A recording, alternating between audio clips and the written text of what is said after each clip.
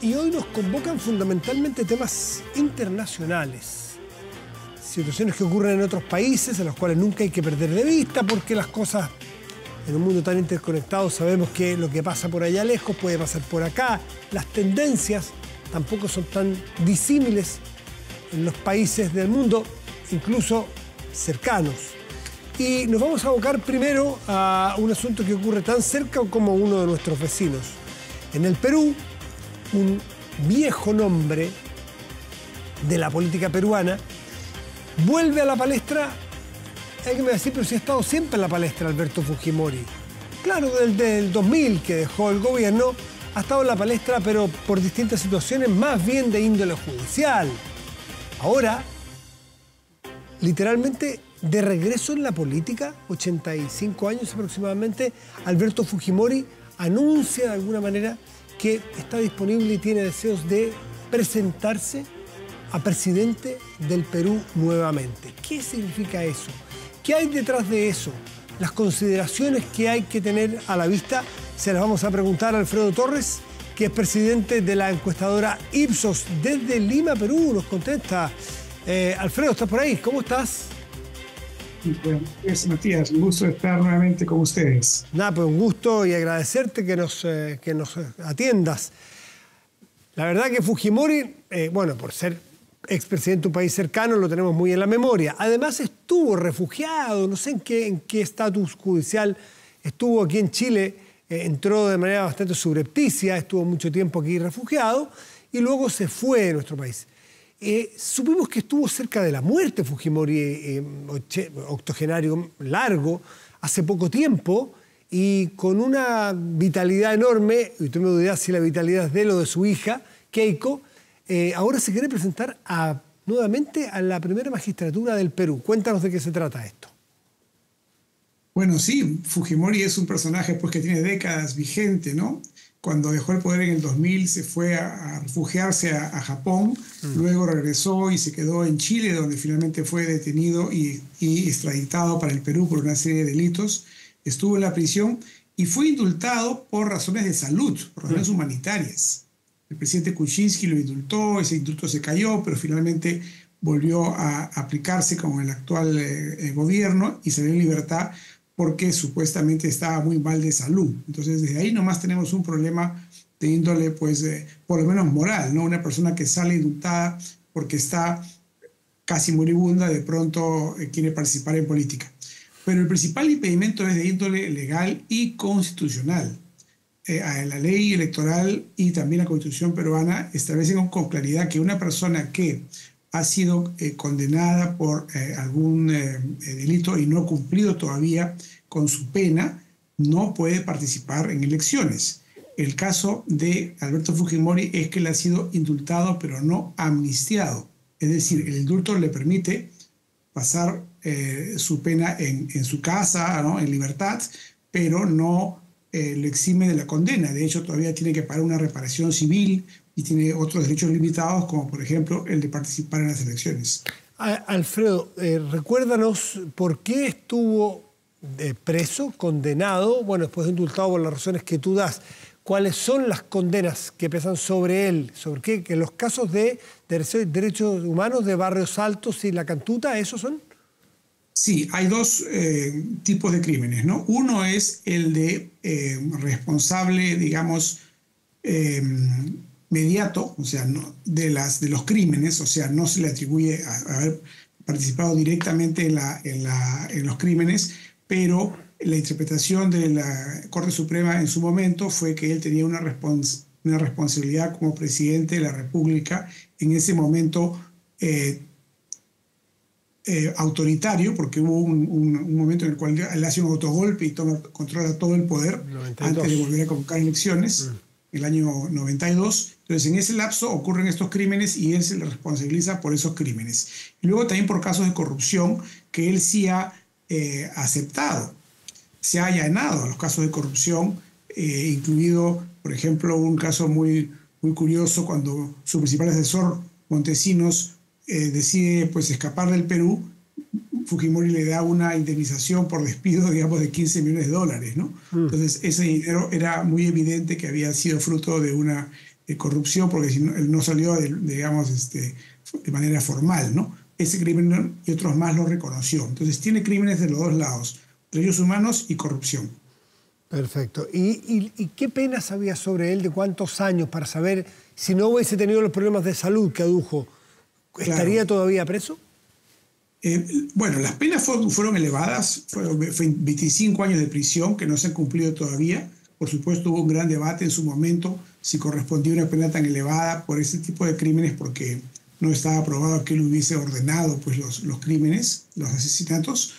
Pero, en fin, eso fue la condena. Entonces, los 25 años no se han cumplido todavía.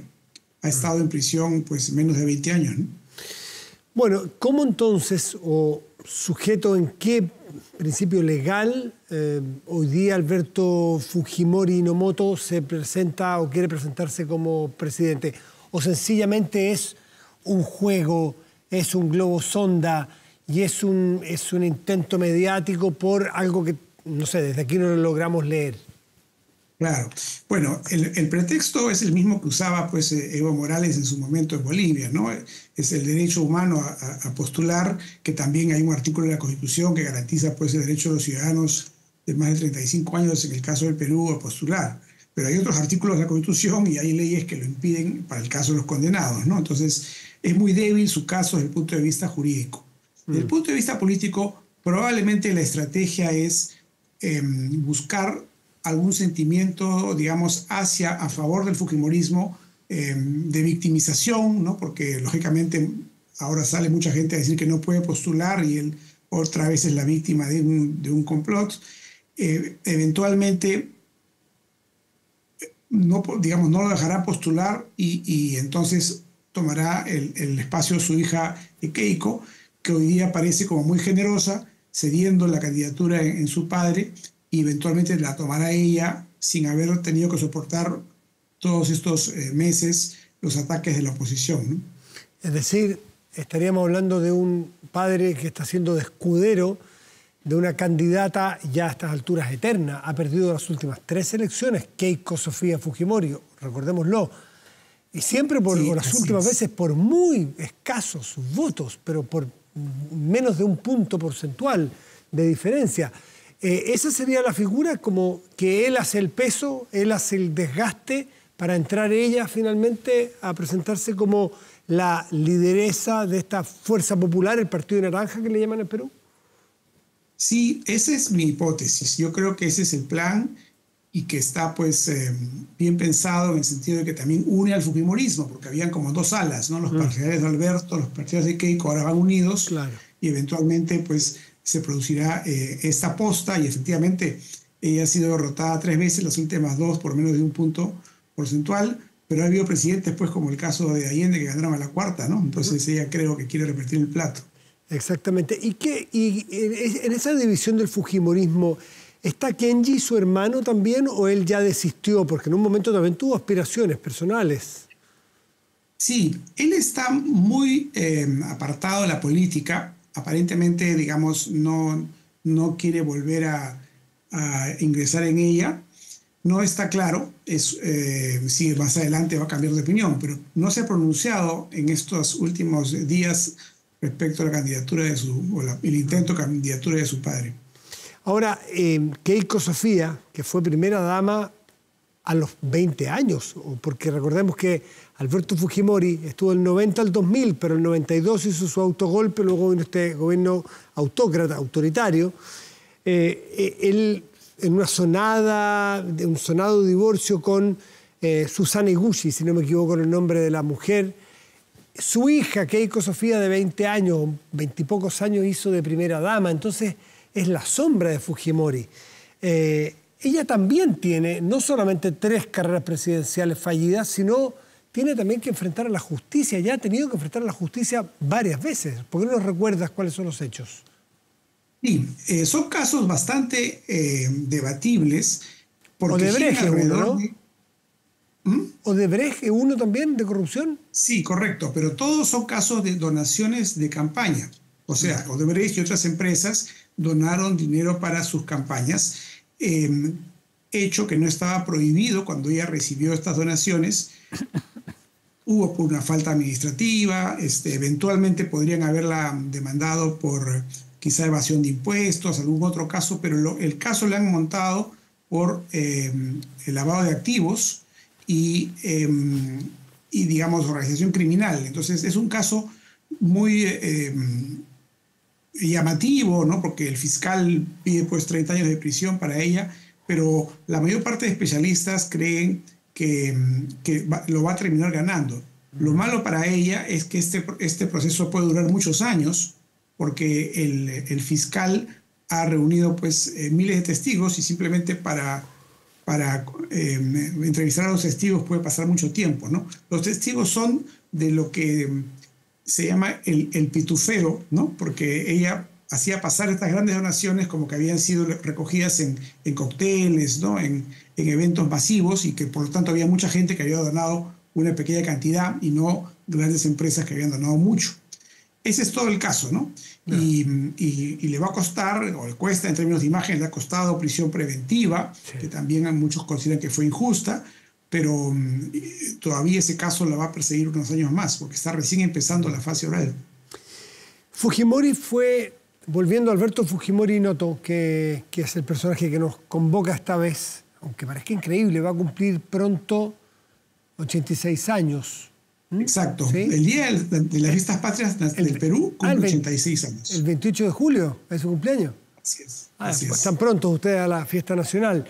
Él fue visto como un tipo reformista en lo económico, a hacer un programa bastante radical, además de lo que, por eso existe el fujimorismo, una parte importante de los peruanos y peruanas los indica como uno de los grandes líderes que enfrentó los movimientos rebeldes de Sendero Luminoso, los del FMR, ¿cómo se llama? El de Serpa Cartolini.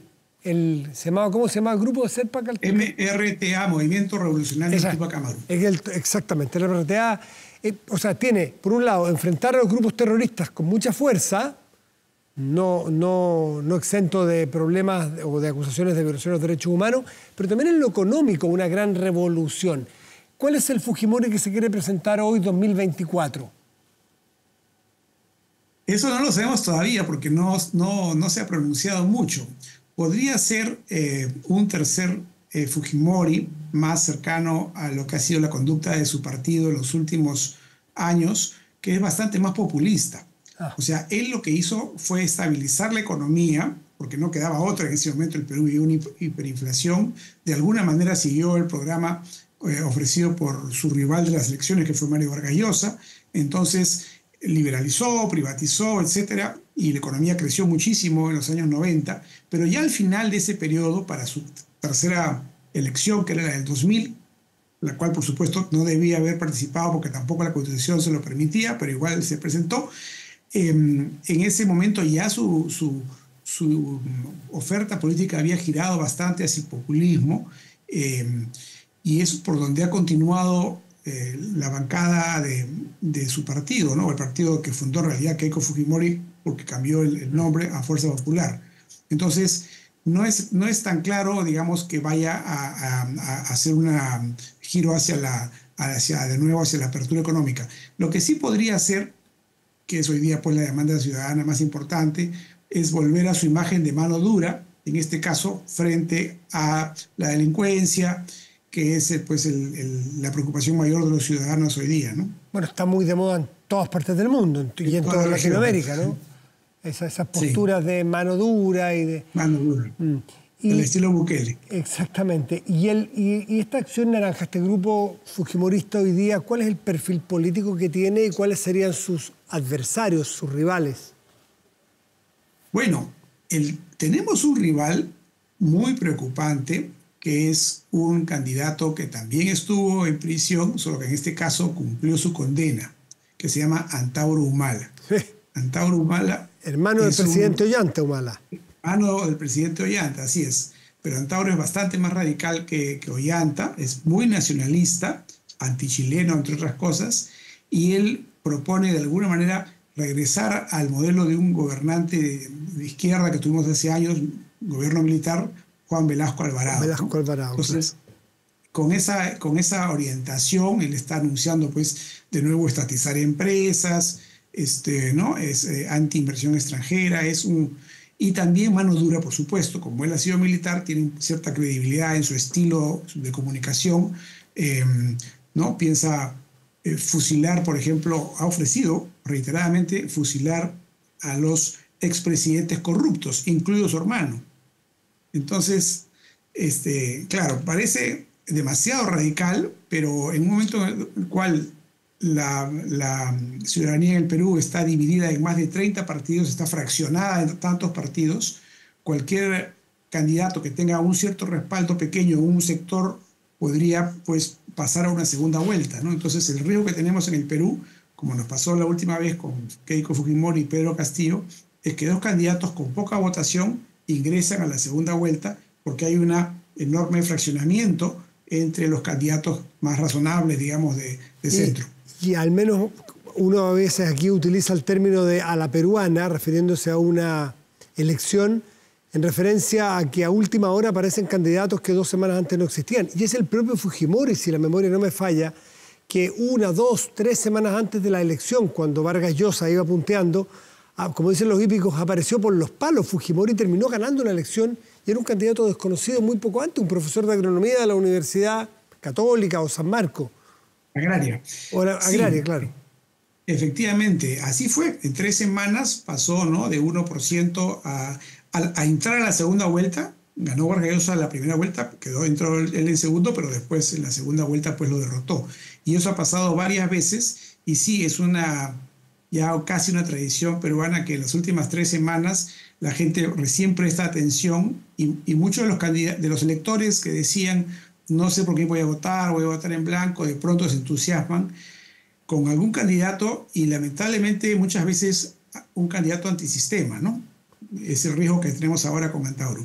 ¿Y Antauro está marcando en las encuestas suficientemente? Bueno, vamos a tener una encuesta, la primera encuesta que vamos a publicar va a ser recién este próximo domingo en el diario Perú 21, porque recién este último fin de semana se ha cerrado la inscripción de personas que quieran ser candidatos. Ya.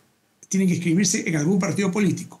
No son todavía candidatos, pero para poder, dentro de un año, poder inscribirse como candidatos, tienen que haber estado al menos un año inscritos previamente en el partido. Por eso es que esta última fin de semana ha habido una avalancha de inscripciones en los partidos.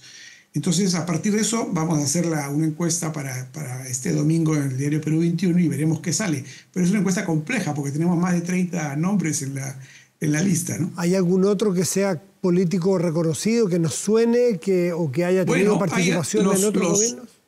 Sí, por supuesto. Tenemos a Hernando de Soto, que nuevamente quiere postular. Hernando de Soto, el economista, que tiene la misma edad que Joe Biden, entonces, por supuesto, los mismos cuestionamientos, aunque él dice que la diferencia entre Biden y él es que Biden está mal de salud y él está muy bien de salud, ¿no? Pero tiene 83 años. Entonces, es relativo, ¿no? Él fue un economista que trabajó con Alan García en los 80, ¿o no? Él es un economista muy conocido, digamos, internacionalmente porque desarrolló... ¿El otro sendero no es un libro de él? El otro sendero, exactamente, ¿no? La teoría de que la gente, digamos, que trabaja de manera informal, lo que necesitaba era derechos de propiedad para poder formalizarse, en fin.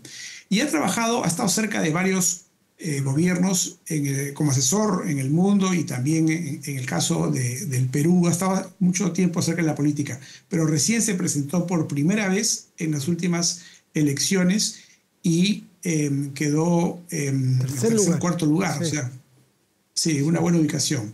Sí. ¿Qué otro personaje que nos pueda sonar está aspirando a...? Bueno, entre los que se han inscrito, parece mentira, pero para ser candidatos, también están el expresidente Alejandro Toledo, que está en prisión y él sí con un caso muy serio, en el caso de Odebrecht, porque él sí como presidente, según todos los indicios, pidió, digamos, dinero, ¿no?, para darle una obra a Odebrecht. Entonces sería un escándalo que eventualmente sea candidato, pero como todavía no tiene condena, podría hacerlo, ¿no?